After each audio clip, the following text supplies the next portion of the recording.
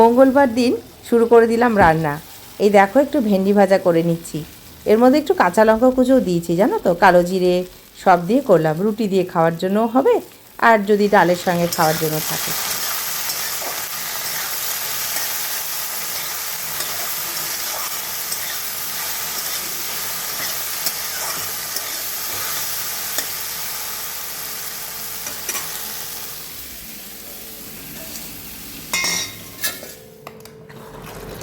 ভাজাটা তো হয়ে গেছে, এদিকে একটু শাকটা ভালো করে ধুয়ে নিচ্ছি।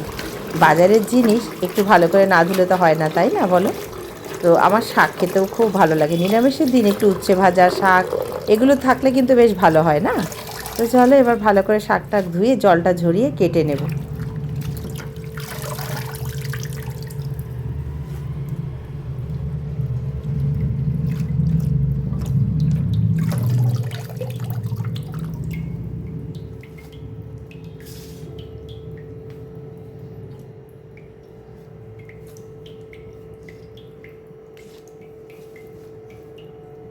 আর ওদিকে না দুধ কেটে গেছিলো, সেটাকে ছানা করে এই যে একটুখানি ছানার ডালনা বানাবো, মেখে রেখে দিয়েছি সব কিছু দিয়ে।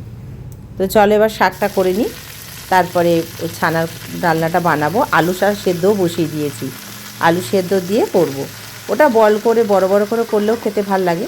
তবে দেখো রান্না তো যে যেরমভাবে পারি আমরা করি, আমাদের মায়েদের তো এটাই কাজ, একটু ঘুরিয়ে ফিরিয়ে এদের খাওয়ানো। তবে রাতের দিকে অন্যরকম কিছু হবে। শাকের কিন্তু এটাই মজা, কতটা ছিল আর দেখো কতটুকু হয়ে গেল।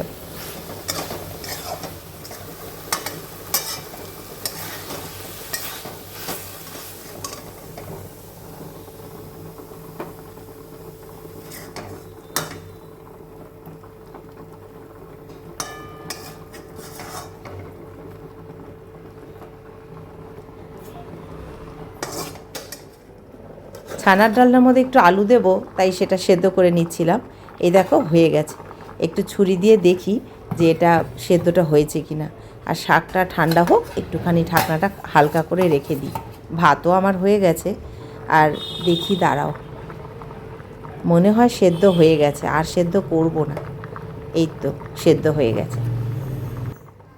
ছানার ডালনা বা ছানার কোপ্তা কিন্তু অন্যরকমভাবে হয়। আর ছানার ডালনা ধরো শুধু ছানাটা আরও একটু বেশি পরিমাণে থাকবে, বড় বড় করে বল বল করে নিয়ে একদম সর্ষে পোস্ত দিয়ে মাখা মাখা, ওটাও ভালো লাগে।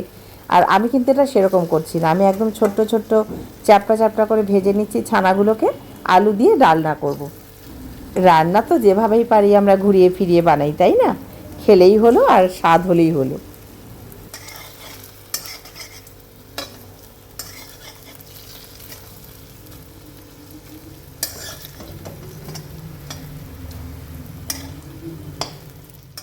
এই গরমে না পটল খেতে আর ভালো লাগছে না, তাই জন্য ভাবলাম যে একটুখানি ছানার ডালনা করি আলু দিয়ে। রাত্রিবেলা কিন্তু এই খাবারটা একদম চলবে না, এটা দুপুরের জন্য। রাত্রিবেলা আবার অন্য কিছুর আয়োজন করতে হবে।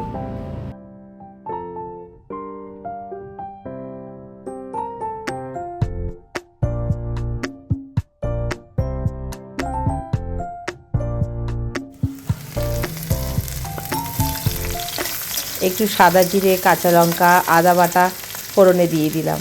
যেহেতু আলুটা সেদ্ধ করে নিয়েছি, তাই আদাটাকে আগে ভেজে নিলাম। এবার সেদ্ধ করা আলুটাও দিয়ে ভালো করে কষে নেব। একটু জিরের গুঁড়ো, ভাজা মশলা সব কিছু দিয়ে ভালো করে আলুটাকে কষে নেব।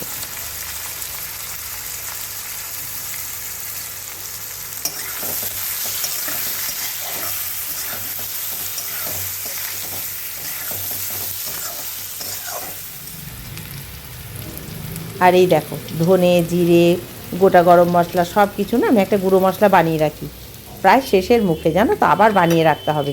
এইটাও একটু দিয়ে দেবো।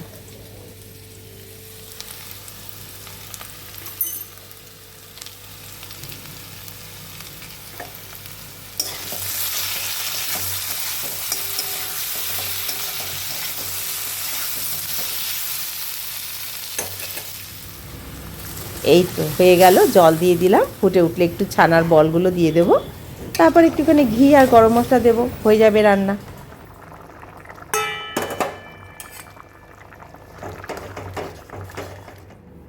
বেশ ঝড় উঠেছিল জানো তো, কিন্তু সেভাবে বৃষ্টিটা হলো না। আর অঙ্কিত অফিস থেকে বলছে মা ভীষণ খিদে পেয়েছে। আর সেই কি করি, ভাবলাম যে একটুখানি আলু সেদ্ধ করে দিই। এই আলু সেদ্ধটাকে একটু গোলমরিচ আর বিট নুন দিয়ে মেখে নিয়েছিলাম, আর ওদিকে একটু পেঁয়াজ আর কাঁচা লঙ্কা কুচিয়ে নিয়েছিলাম। এই দিয়ে মুড়িটা মাখবো, আর তার সঙ্গে না আমি ঝুরি ভাজা দেবো।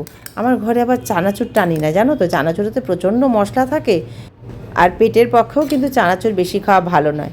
তাই অল্প অল্প ঝুরি ভাজাটা ঘরে রেখে দিই, কখনো পোহার সাথে আমায় দিতে হয়, পোহাটা প্রায়ই বানাই। আর এটার মধ্যে একটু দিয়ে দিলাম, ব্যাস হয়ে গেল। চলো এবার ওকে দিয়ে দিই, ওদের পেটটা একটু ঠান্ডা করি।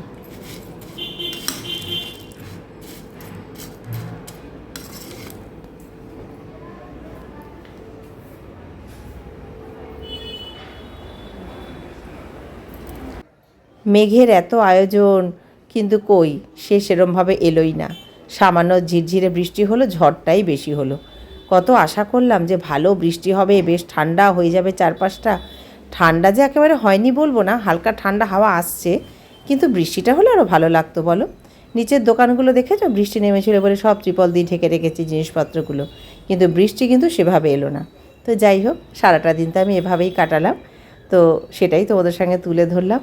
যাই হোক বন্ধুরা, তোমরা খুব ভালো থেকো, সুস্থ থেকো, আনন্দে থেকো। এই গরমে প্রচুর জল খাও, হালকা খাবার খাও, আর সবাই খুব ভালো থেকো।